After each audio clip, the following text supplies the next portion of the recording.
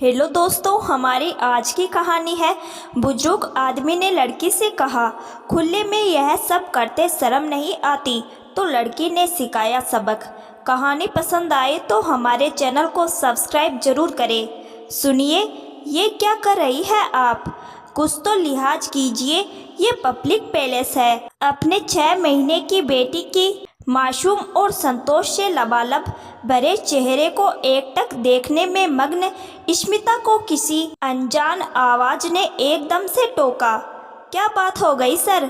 मैं तो यहाँ से हिली भी नहीं। फिर मैंने ऐसा क्या कर दिया जो आप इतना भड़क रहे हैं? स्मिता अपनी अनजान गलती को जानने के लिए उस अनजान व्यक्ति से सवाल करती है, जिसकी उम्र यही कोई 60 के आसपास की होगी। आपको पता ही नहीं कि आप क्या कर रही है। आप जैसी महिलाओं की वजह से ही गलत असर पड़ रहा है समाज पर। उस व्यक्ति की नज़रें आवारा हो रही है। वो जिधर नहीं देखना चाहता, बार बार उसकी नज़र वही जा रही है। आप साफ साफ कहिए, कहना क्या चाहते हैं?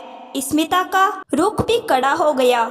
ये आप घर में भी कर सकती है। यहाँ पार्क में सबके सामने ऐसा करना सही है क्या? बच्चों से लेकर बूढ़े तक सब यहाँ मौजूद है और आपको घूर भी रहे हैं। इधर आप है कि आपको कुछ। अब उस व्यक्ति की निगाहें कुछ देर स्मिता की कुर्ती के खुले बटनों में से झांकते आधे स्तन पर टिक जाती है और वो अपनी बात अधूरी छोड़कर चुप हो जाता है। ओ है तो आपको इसलिए दिक्कत है क्योंकि मैं अपने बच्चे को स्तनपान करा रही हूँ। स्मिता के होठों पर गुस्से और दुख से भरी एक तीखी मुस्कुराहट तैर गई। मुझ अकेले को नहीं, यहाँ हर किसी को दिक्कत है, बस कोई बोलने की हिम्मत नहीं करता। मैं कई दिनों से देख रहा हूँ आप ऐसा ही करती है। आज मैं बर्दाश्त नहीं कर पाया, इसीलिए आपको टोक दिया।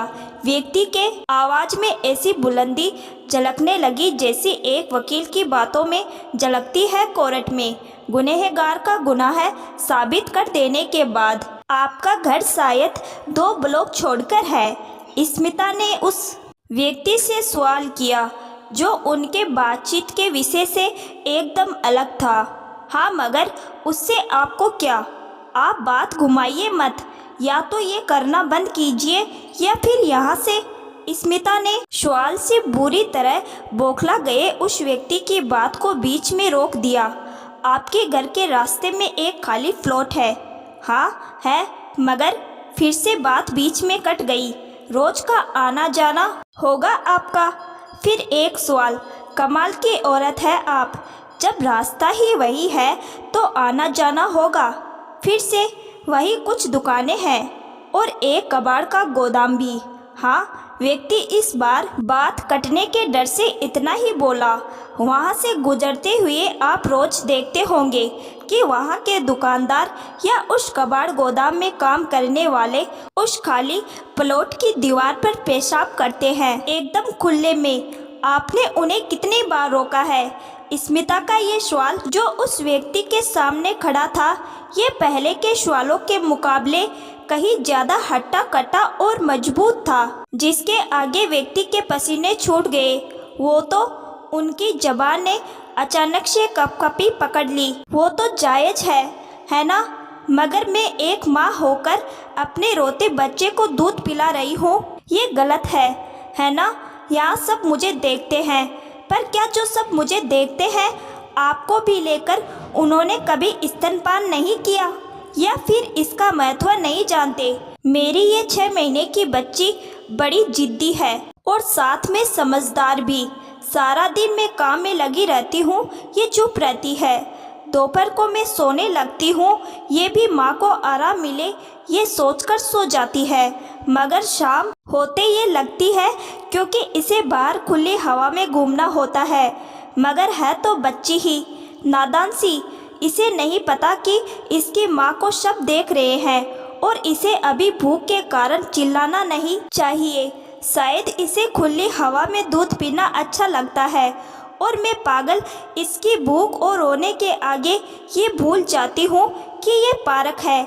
यहाँ आने जाने वाले लोगों की नज़र उस नए नए लगे खूबसूरत झरने या उन खिले हुए रंगीन फूलों या फिर जिन बच्चों के साथ वो आए हैं उनकी मुस्कुराहटों पर नहीं, बल्कि मेरे आधे खुले स्तन पर जाकर टिक जाती है। मुझे ख्याल करना चाहिए उनकी बेकाबू नज़रों का, मुझे ख्याल करना चाहिए उस सभ्यता का जो बच्चे को दूध पिलाती माँ के स्तन को देखकर हिलने लगती है। व्यक्ति की जुबान में अब कपकपी नहीं, वो अब जम चुकी है। सर, लोग कहते हैं शहर आगे बढ़ गए मगर गांव अभी भी पिछड़े हैं, जबकि मैं गांवों को ही आगे मानती हूँ। मेरी बाई जो अभी साल भर पहले ही किसी गांव से आई है, कभी कभी अपने साल भर के बच्चे को अपने साथ ले आती है जब घर में कोई उसे संभालने वाला नहीं होता। जब उसके काम करने के बीच उसका बच्चा रोता है तो वो बिना ये देखे कि कौन वहाँ है कौन नहीं, झट से अपने बच्चे को दूध पिलाने लगती है। उसके बच्चे की चीखें शायद उसके लिहाज पर भारी पड़ जाती है। ये गंवारपना मैंने उसी गांव की देहाती औरत से सीखा है। जानते हैं, मैं ये सब आपको क्यों बता रही हूँ? क्योंकि मुझे लगता है शायद आप इसे समझे और आइंदा किसी और को इसके लिए कभी ना टोके। स्मिता की बात खत्म होते ही उसकी बच्ची खिलखिलाकर हंस देती है। शायद वो अपनी माँ को शाबाशी दे रही है और उस व्यक्ति की जुबान इतनी जम चुकी है कि वो चाहकर भी सॉरी नहीं बोल पाता और वहाँ से चला जाता है। इधर स्मिता भी अपनी कुर्ती का बटन बंद करती है और अपनी बच्ची को देख मुस्कुराते हुए अपने घर की तरफ चल देती है। बंदी से है क्योंकि उन्हें आपने लगाया है अपनी कमजोरी छुपाने के लिए। झांकने वालों के लिए पर्दा लगा क्या और हटा क्या, वो तो झांक ही लेंगे। और जिनका मन साफ है उनके सामने नंगा बदन भी मात्र एक पराई देह है। नजरें साफ होगी तो साहब नजरिया अपने आप साफ हो जाएगा।